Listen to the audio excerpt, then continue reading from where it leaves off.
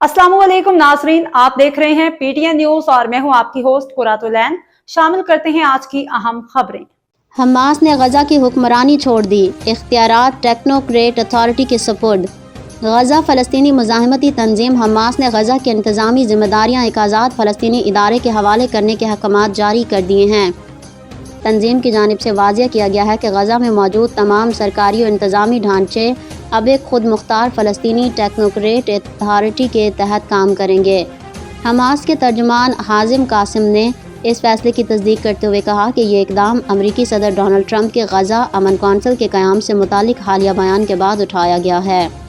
इस तंजीम ने गजा के तमाम इदारों को हिदायत दी है कि वो मुकम्मल इख्तियारात आज़ाद फ़लस्तीनी टेक्नोक्रेट बॉडी को मुंतकिल करें। न्यूज स्टूडियो से फिलवक्त के लिए इतना ही। मज़ीद खबरों और अपडेट से बाखबर रहने के लिए देखते रहें पीटीएन न्यूज।